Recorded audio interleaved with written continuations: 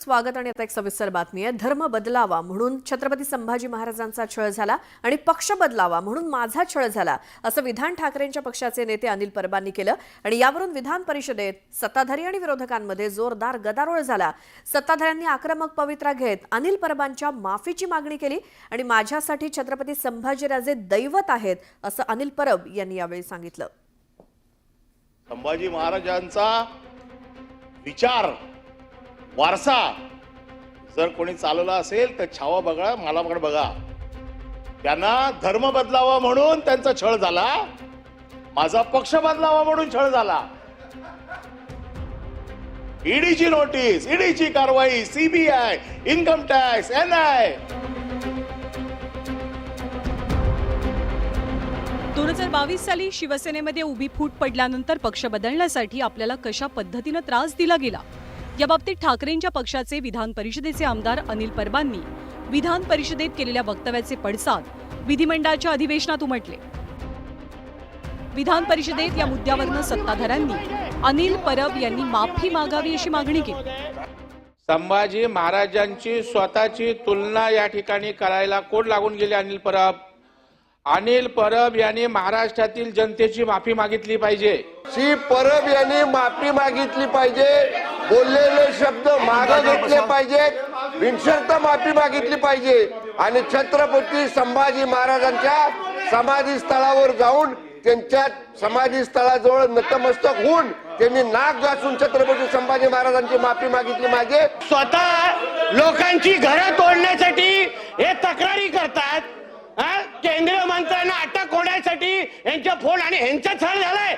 अध्यक्ष महोदय, यांची सत्ता असताना हे लोकांची छळ करायचे, लोकांची घरं तोडण्याचे आणि यांची तक्रारी द्यायचे आणि यांचा कुठला छळ झालेला आहे? हे छळ करणाऱ्यापैकी आहे लोक। यावेळी मंत्री नितेश राणे आणि अनिल परब यांच्यात जोरदार तू मेमे झाली। त्यामुळे सभागृहाचं कामकाज 10 मिनिटांपर्यंत तहकूब करण्यात आलं। कामकाज 10 मिनिटांसाठी तहकूब करण्यात येते। करणी तशी भरली, हे अंगावर आलं यांच्या, करणी तशी भरली।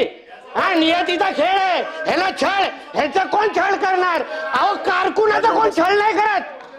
हा कारकुन स्वतःची तुलना छत्रपती संभाजी महाराजांची तुलना ह्यानी करावी, ह्यानी काय ह्यानी माफी मागितली पाहिजे, शिवभक्तांची माफी मागितली पाहिजे।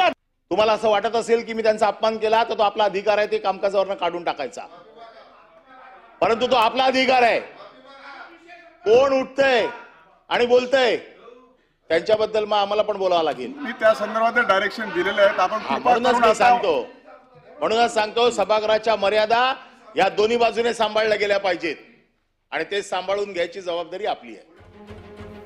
यानंतर पुन्हा एकदा सभागृहाचं कामकाज सुरू होताच अनिल परब यांनी आपलं निवेदन सादर केलं। संभाजी महाराज हे आपलं दैवत असल्याचं अनिल परब म्हणाले। आपण संभाजी महाराजांशी आपली तुलना केली नसल्याचंही त्यांनी सांगितलं। छत्रपती संभाजी महाराज माझ्यासाठी दैवत आहे आणि छत्रपती संभाजी महाराजांच्या पायावरती डोकं ठेवायला मला कधीच लाज वाटणार नाही। ते माझं देव आहेत। मी काल काय बोललो हे आपण तपासून घ्या।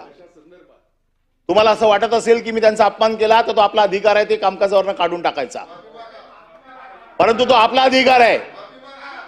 कोण उठतंय आणि बोलतंय त्यांच्याबद्दल मग आम्हाला पण बोलावं लागेल। पण या चर्चेला एक वेगळंच वळण लागलं। अनिल परबांनी एका सत्ताधारी आमदाराच्या जुन्या ट्विटचा संदर्भ दिला आणि मग वाद पेटला। पण या सभागृहातल्या एका सदस्याने आपल्या कुत्र्याचं नाव शंभू ठेवलंय। या त्याची माफी पहिले, शंभू नाव ठेवलंय या गुढीपाडव्याला, त्याची माफी मागणार काय? त्याची माफी मागणार काय? सभागृहामध्ये सत्ताधारी आणि विरोधकांमधल्या गदारोळामुळे विधान परिषदेचं कामकाज पुन्हा एकदा तहकूब करण्यात आलं। त्यामुळे अनिल परब यांच्या या मुद्द्याचा विषय आज सभागृहामध्ये कमालीचा गाजला। Bureau report, news 18 Lokmat.